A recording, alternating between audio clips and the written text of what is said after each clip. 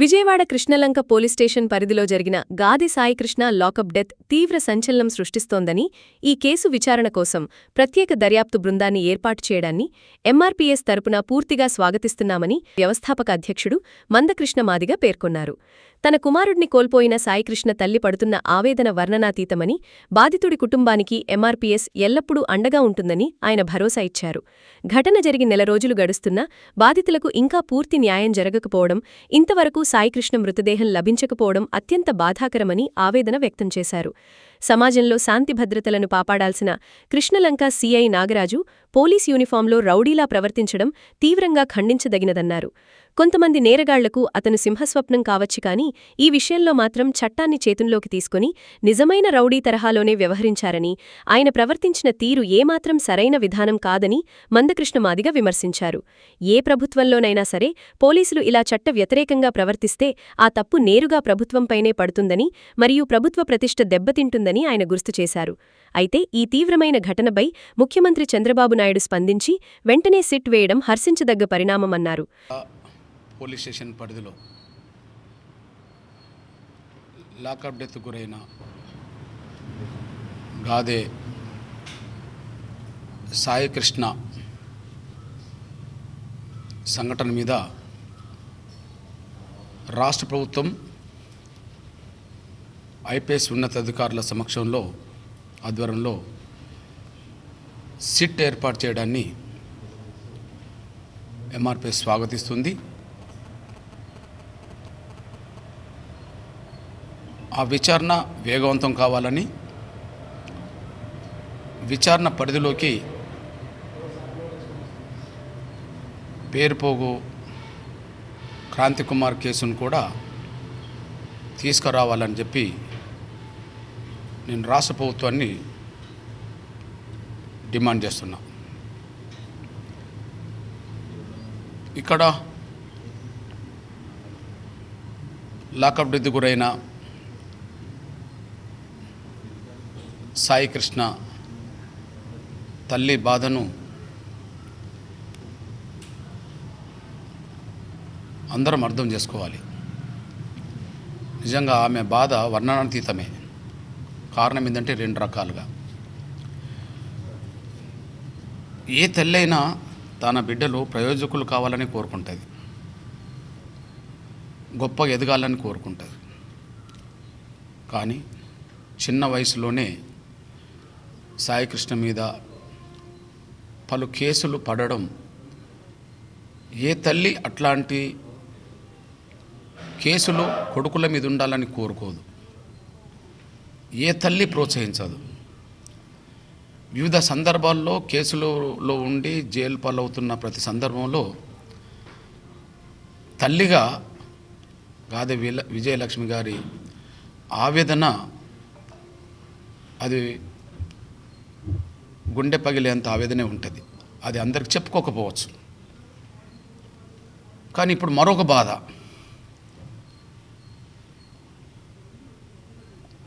కొడుకు మీద పలు కేసులు ఉండవచ్చు, కానీ కేసు విచారణ పరిధిలో తీసుకెళ్ళి లాకప్ డెత్కు గురి చేసిన తర్వాత దాదాపు నెల రోజులు గడుస్తున్న కొడుకు డెడ్ బాడీ కూడా చూడలేని పరిస్థితిలో, నా కొడుకును చంపి ఉండవచ్చు, నా కొడుకుని ఎక్కడన్నా కాల్చే ఉన్న కాలవచ్చు, కనీసం బూడిదన్న పంపండి అని చెప్పి ఆ తల్లి మీడియాలో కోరుతున్నదే ఎవరికైనా అది కూడా ఒక వర్ణనాతీతమే. సాయికృష్ణ కొన్ని కేసుల్లో ఇరకడం తల్లికి బాధే. సాయికృష్ణ లాకప్ డెత్ గురై కనీసం డెడ్ బాడీ కూడా తల్లి చూడకపోవడం కూడా, కనీసం మీడియా ద్వారా నా కొడుకును ఏదన్నా చేస్తే డెడ్ బాడీ అని అప్పచెప్పండి, ఒకవేళ కాల్ చేస్తే బూడిదని అప్పచెప్పండి అనే మాట అంటున్నదంటే నిజంగా ఏ తల్లికి ఇట్లాంటి బాధ రావద్దు, ఏ తల్లి ఇట్లాంటి క్షోభ గురి కావద్దు. ముందుగా నేను ఆ భావనతో ఉన్నా. అయితే ఖచ్చితంగా ఇంట్లో దోషి ఖచ్చితంగా సిఐ నాగరాజు. నాగరాజులో రౌడీలను అరికట్టమనే పేరుతో ఆ స్టేషన్ పరిధిలో ఆయనే పెద్ద రౌడీయిజం చేశాడు. కొంతమందికి సమాజంలో చూస్తే ఆయన రౌడీలకు సింహస్వప్నమని అనిపించుకునేంత ప్రచారం పొందాడు.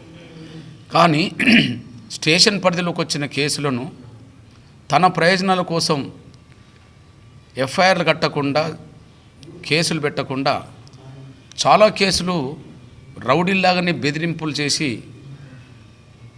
వాళ్ళ పట్ల రౌడీజాన్ని ప్రదర్శించి అక్రమాస్తులు సంపాదించుకున్న పరిస్థితి కూడా ప్రచారంలో ఉన్నది. అట్లాంటి పరిస్థితిలో రౌడీజాన్ని అరికట్టాల్సిందే.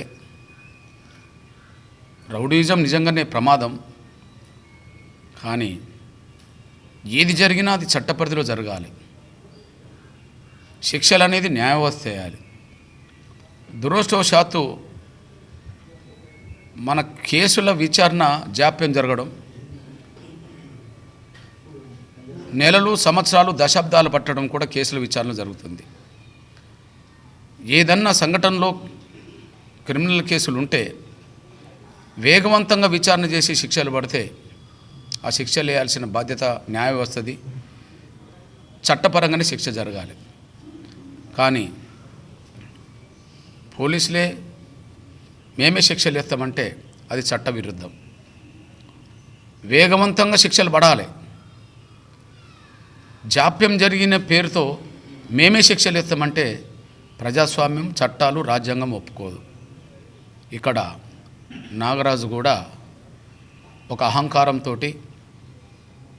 ఆధిపత్య ధోరణితోటి, స్వార్థంతో నాగరాజును బలి తీసుకున్నాడు. నాగరాజు బలి తీసుకున్నాడు సాయికృష్ణను. సాయికృష్ణ మీద ఇంకేమన్నా కేసులుంటే ఆ కేసులను దృష్టిలో పెట్టుకొని మళ్ళీ కోర్టులోకి హాజరుపడితే జైల్లో ఉండేవాడు. లేదా జైలు నుంచి బయటికి రాకుండా చేసే సెక్షన్లుంటే అందులో పెట్టిన అభ్యంతరం ఉండేది కాదు. కానీ ఆయనను కొట్టి చంపడం, చంపిన డెడ్ బాడీ కూడా లేకుండా చేయడం, కనీసం తల్లి బూడిదనన్న దిమ్మన్న కూడా అందుబాటులో ఇప్పటికీ పెట్టకపోవడం చూస్తే నాగరాజు ఏ స్థాయిలో రౌడీజాన్ని ప్రదర్శించాడో. ఇప్పటి వరకు లాకప్ డెత్తులు చాలా జరిగినాయి. కానీ ఎక్కడ లాకప్ డెత్ జరిగినా కనీసం ఆ రోజు డెడ్ బాడీ, 2 రోజులు డెడ్ బాడీ కనిపించేది, జరిగిపోయేది.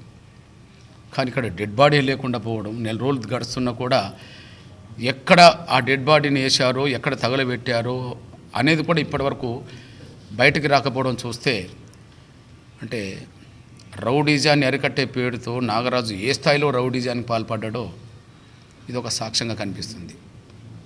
ఇది పక్కా పోలీస్ యంత్రాంగంలో ఉండబడే ఒక నాగరాజుకు ఇది వర్తిస్తుంది.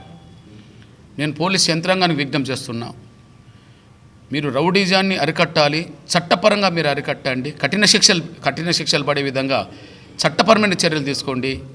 కానీ మీ చేతిలోనే చట్టం ఉండే విధంగా, మీరే చట్టం అనే విధంగా, మీరు వేసిన శిక్షలే ఫైనల్ అయ్యే విధంగా ఎక్కడ వ్యవహరించరాదని. అట్లా వ్యవహరిస్తే ఇప్పుడు రౌడీజానికే నేనే గొప్ప రౌడీనని చెప్పుకునే నాగరాజు ఇప్పుడు ఎక్కడున్నాడో, భవిష్యత్తులో అట్లాంటి ప్రవర్తన కలిగి ఉన్న ఏ పోలీసులైనా అక్కడనే ఉండాల్సి వస్తుందనే విషయం కూడా మర్చిపోవద్దని కూడా గుర్తు చేస్తున్నాను నేను. ఇకపోతే నేను ఈ విషయంలో వాస్తవానికి ఏ ప్రభుత్వంలోనైనా సరే పోలీసులు తప్పులు చేస్తే, ఏ ప్రభుత్వంలోనైనా సరే పోలీసులు చట్టవిరుద్ధంగా ప్రవర్తిస్తే, పోలీసులే చట్టం అన్నట్టుగా ప్రవర్తిస్తే ఆ పేరు సహజంగా ప్రభుత్వాల మీదకి వస్తుంది. పోలీసులు చేసే మంచి చేసినా అది ప్రభుత్వానికి వస్తుంది. పోలీసులు చట్టాన్ని ధిక్కరించి అతి చేసినా అది ప్రభుత్వం మీదనే పడుతుంది. ఇక్కడ నాగరాజు చేసిన పొరపాటు రౌడీజానికి తగ్గట్టుగా ఉంటే దాన్ని అరికట్టే దిశగా చంద్రబాబు నాయుడు గారు మాత్రం ప్రత్యేకంగా ఐపీఎస్ అధికారి ఆధ్వర్యంలో ఒక సిట్ ఏర్పాటు చేయడం అనేది అంటే పోలీసులు చేసిన నేరాలను మేము కప్పిపుచ్చుకోలేము, మేము సమర్థించలేము. పోలీసులు చట్టపరిధిలో సేవలు అందిస్తే వాళ్లకు మేము గౌరవిస్తాం. కానీ చట్టాన్ని ధిక్కరించి రాజ్యాంగం మాకు వర్తించదు, చట్టం మాకు వర్తించదు అని చెప్పి ఎవరన్నా విర్రవీగితే మేము మౌనంగా ఉండలేమని చెప్పి చంద్రబాబు నాయుడు గారు ఒక నిర్దిష్టమైన సంకేతాన్ని పంపడమే సిట్ ఏర్పాటు చేయడంలో ఉద్దేశం అనే విషయం మేము భావిస్తున్నాం. బహుశా ఎక్కడ కూడా గతంలో పోలీసులు చేసిన నేరాల మీద, పోలీసులు చేసిన గత లాకప్ డెత్తుల మీద సిట్ ఏర్పాటు చేసిన సందర్భాలు నాకైతే గుర్తులేవు. ఇక్కడ సిట్ ఏర్పాటు చేయడాన్ని మాత్రం చంద్రబాబు నాయుడు గారు, పోలీసులు ప్రజల పక్షాన ఉంటే, చట్టాన్ని గౌరవించి సేవలు అందిస్తే, చట్ట పరిధిలో నేరాలను నియంత్రిస్తే వాళ్ళను గౌరవిస్తాం. కానీ చట్టాన్ని ధిక్కరించి మనుషుల ప్రాణాలతో చెలగాట మాడితే మాత్రం మేము అంగీకరించాం. వాళ్ళకు శిక్షలు పడతాయని చెప్పి ఒక నిర్దిష్టమైన నిర్ణయం తీసుకుంటున్నట్టుగానే చంద్రబాబు నాయుడు గారు సిట్ ఏర్పాటు చేయడంలో ఉద్దేశమని మేము భావిస్తున్నాం. ఖచ్చితంగా దాన్ని మేము స్వాగతిస్తున్నాం, దాన్ని సమర్థిస్తున్నాం. మరెక్కడ ఇట్లాంటి సంఘటనలు జరగకుండా ఇది కొంత పరిష్కారం చూపెడుతుందని చెప్పి, నాగరాజు లాంటి ఒక రౌడీలాగా ఎవరు కూడా ప్రవర్తించకుండా ఈ సిట్ పరిధిలో కొంత ప్రజలకు న్యాయం జరుగుతుందని చెప్పి మేము భావిస్తున్నాం. ఈ విషయంలో గౌరవ ముఖ్యమంత్రి చంద్రబాబు నాయుడు గారు మరొకసారి పెద్ద మనసు చేసుకొని ఖచ్చితంగా సాయికృష్ణ తల్లిని మరొకసారి పిలిపించుకొని, అట్లనే అక్కడ క్రాంతి కుమార్ తల్లిదండ్రులను పిలిపించుకొని వాళ్ళను మరొకసారి ఓదార్చే ప్రయత్నమే కాకుండా ఖచ్చితంగా వాళ్ళను ఆదుకునే ప్రయత్నం కూడా, వాళ్ళకు అండగుండే ప్రయత్నం కూడా గౌరవ ముఖ్యమంత్రి గారు చేయాలని చెప్పి చంద్రబాబు నాయుడు గారు ముఖ్యమంత్రిగా ఆ బాధ్యత నిర్వర్తించాలని చెప్పి నేను విజ్ఞప్తి చేస్తున్నా. మళ్ళీ చెప్తున్నా, ఖచ్చితంగా నాగరాజు లాంటి వాళ్ళు రౌడీలను అరికట్టే పేరుతో ఆయన పెద్ద రౌడీగా మారినట్టుగా ఈ సంఘటన రుజువు చేస్తున్నది. అట్లాంటి వాళ్ళను అరికట్టే దిశగానే చంద్రబాబు నాయుడు ప్రభుత్వం సిట్ ఏర్పాటు చేయడం జరిగింది. సిట్ను స్వాగతిస్తున్నాం. కుటుంబాలను ఆదుకోవాలని చెప్పి గౌరవ ముఖ్యమంత్రి గారిని కోరుతున్నాం. ముఖ్యంగా నేను గాదే విజయలక్ష్మి గారి తమ్ముడిని, గాదే సాయికృష్ణ గారి మేనమావని. ముఖ్యంగా మా కోసం ఉద్యమాల ముద్దుబిడ్డ మందకృష్ణ మాదిక్ గారు మా ఇంటికి రావడం జరిగింది. మేము ముందే చెప్పాం, ఈ రాష్ట్రంలో ఏ కులమైనా ఏ మతమైనా ఎవరికన్నా అన్యాయం జరిగితే గొంతెత్తి నేనున్నాననే వ్యక్తి మందకృష్ణ మాదిక్ గారని మేము ముందు నుంచి చెప్తానే ఉన్నాం.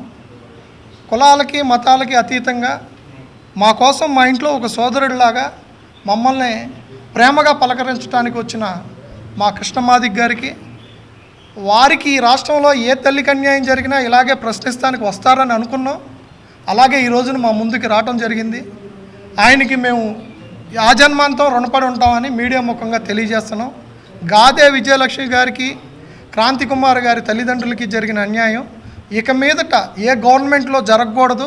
ఒకవేళ జరిగిన ఎడల కృష్ణమాదిక్ గారిని ఎంటపెట్టుకొని ఉద్యమాల బాట పడతామని మీడియా ముఖంగా తెలియజేయటం అనేది. మీరు ఈ కుటుంబాలని ఆదుకొని వాళ్ళకి తగిన న్యాయం చేసి, ఇక్కడ రాజకీయాలకి కులాలకి మతాలకి అతీతంగా ఏ ఒక్క పోలీస్ స్టేషన్లో జరిగిన సంఘటనని రాష్ట్రం మొత్తం మీద ఆపాదించకుండా, ప్రభుత్వం మీద మచ్చ పడకుండా, ప్రభుత్వానికి ఏ విధమైన సంబంధం లేదు, ఇది ఒక కృష్ణలంక పిఎస్లో జరిగిందని మొట్టమొదటి నుంచి చెబుతున్నాము. దీనికి సంబంధించినంత మటుకే మా పోరాటం జరిగింది తప్ప మేము ఎవరిని ఇందులో బాధ్యులు చేయడానికి సిద్ధంగా లేము. మేము మిడిల్ క్లాస్ అని చెప్పాము. మాకేదన్నా అన్యాయం జరిగిన రోజున అందరం కలిసి మళ్ళీ పోరాటం చేస్తాము. ఈ కేసునైతే ఎవరు రాజీ పడలేదు, రాజీ పడబోమని మీడియా ముఖంగా తెలియజేస్తున్నాం. ముఖ్యంగా కృష్ణమాదిక్ గారికి తెలియజేయంది ఏమనగా, అన్నయ్య మనందరం ఒక తల్లి బిడ్డల్లాగా కలిసి ప్రయాణం చేస్తాం. ఎవరైనా సరే ఈ రాష్ట్రంలో అన్యాయం జరిగితే గొంతెత్తే గొంతుకు ముందు మీదై ఉండాలి, మీ వెనక మేము తమ్ముళ్ళలాగా కలిసి వస్తామని మీడియా ముఖంగా తెలియజేస్తూ సెలవు తీసుకుంటాం.